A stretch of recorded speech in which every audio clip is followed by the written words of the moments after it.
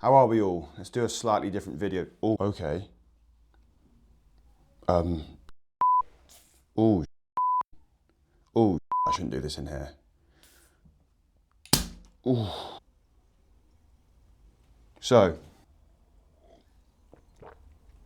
that is amazing. If you don't know what Water Kefir is already, I would definitely suggest heading over to this video right here.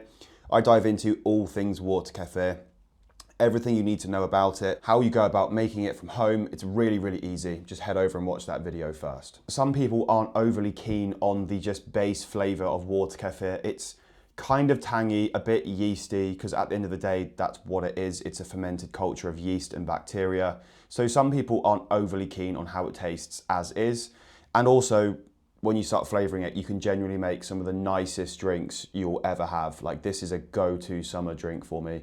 If you like sitting outside in the sun with a cocktail or a lemonade or something along those lines, you're gonna love one of these. Now, the first thing to understand about Water Kefir is that you need sugar in order for it to work. You need sugars for the fermentation to actually occur. So that opens up a load of different ways in which you can go about adding sugar to your Water Kefir. The most obvious one being straight up sugar. You could use coconut sugar for some coconut flavor. You could use brown sugar, demerara sugar, cane sugar.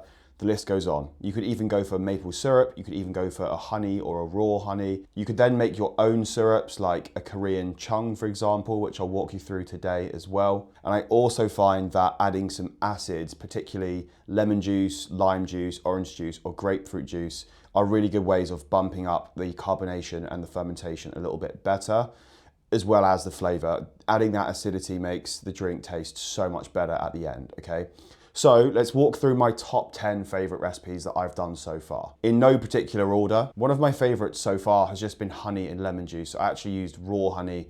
Raw honey might actually further the fermentation because of some potential bacteria in there, but raw honey and lemon makes a lovely kind of naturally sweet lemonade type flavor. It's really, really great. Once you have your base Water Kefir and you add it to a bottle, just add the juice of one lemon and then maybe a tablespoon of honey and you're good to go. Bear in mind that the more sugar you add, the more food you're providing to the yeast. So theoretically, maybe you end up with a higher carbonation and a more kind of vigorous fermentation overall. One of my all-time favorites has got to be the raspberry lemonade one, which is literally raspberry syrup and lemonade. Now, you could buy raspberry syrup. If you just get frozen raspberries from the supermarket and cook them down with a little bit of sugar, you'll get a lovely raspberry syrup. You can strain it, or if you prefer a drink with some bits in it, you could just leave the raspberries in whole and actually let the raspberries and the lemon ferment away with Water Kefir to make a really lovely drink. But if you want like a nice clean looking pink lemonade, then obviously strain the raspberry syrup first, and it's so easy to make. Now, either you just cook the fruit down with sugar and water,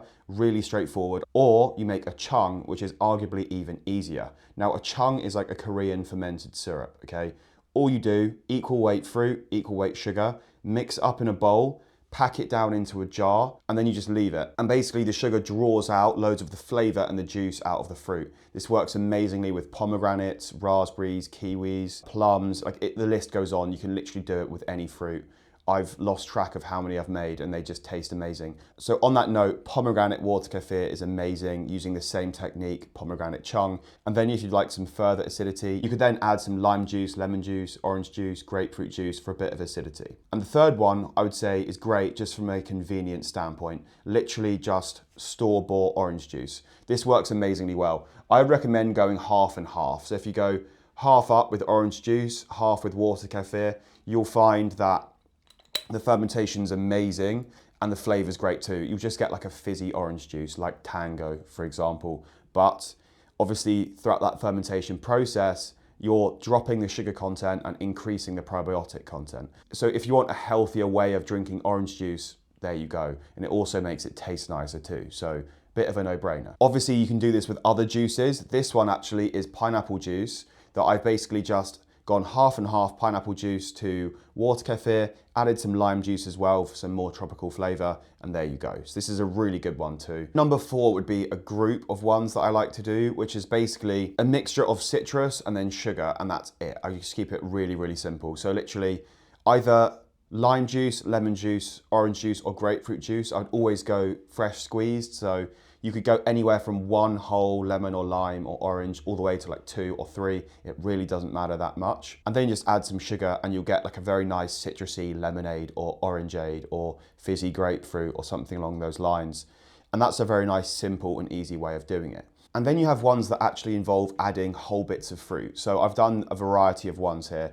Kiwi works really well, probably too well. You can kind of like mash up a kiwi a little bit, get that involved with some kiwi syrup or some honey or some sugar, and that ends up really nice. And if you like bubble tea, that like boba, kiwi does a similar-ish thing to that when it's left in liquid. It gets a little bit kind of like chewy, kind of like the boba. And obviously you get loads of amazing gut health benefits from kiwi. You have the prebiotic fibers. So by mixing that with your probiotics, you're making a even more gut healthier drink. Just be aware that when you do add fruit to your water kefir, you will find the fermentation can go seriously crazy really, really quickly. So like I did banana and blueberry in one of mine, and I ended up covering my ceiling in bits of banana and blueberry. It was an absolute mess. On that note, please make sure you're getting pressure safe bottles when you're doing this. If you don't, the glass can quite literally explode. One thing to also make sure you're doing is burping the jar. Now burping is literally just popping the top, okay? And by doing that every like day or twice a day, you just release some of that gas to stop the glass exploding. Pretty important one there. You could then start getting a little bit funky and adding herbs, like mint goes really well, thyme goes really well, rosemary tastes really nice with lemon as well, particularly actually lemon and thyme go really, really well together. I would have to say though, my personal favorite so far, if you're gonna make one of the recipes from this video, is gonna be the raspberry lemonade one. Like that one is just the nicest thing I guarantee you'll ever make. I'll reiterate on exactly how to make it. Either make a raspberry cheong, so equal weight raspberries to equal weight sugar, mix it all up in a bowl, pack it down into a jar, seal the jar. You could add a little fermentation weight on top and literally leave it for like a few days to a week, and then strain it out, add about a tablespoon or even 2 tablespoons or 3 if you want it a bit sweeter with some more raspberry flavor into one of your fermentation bottles.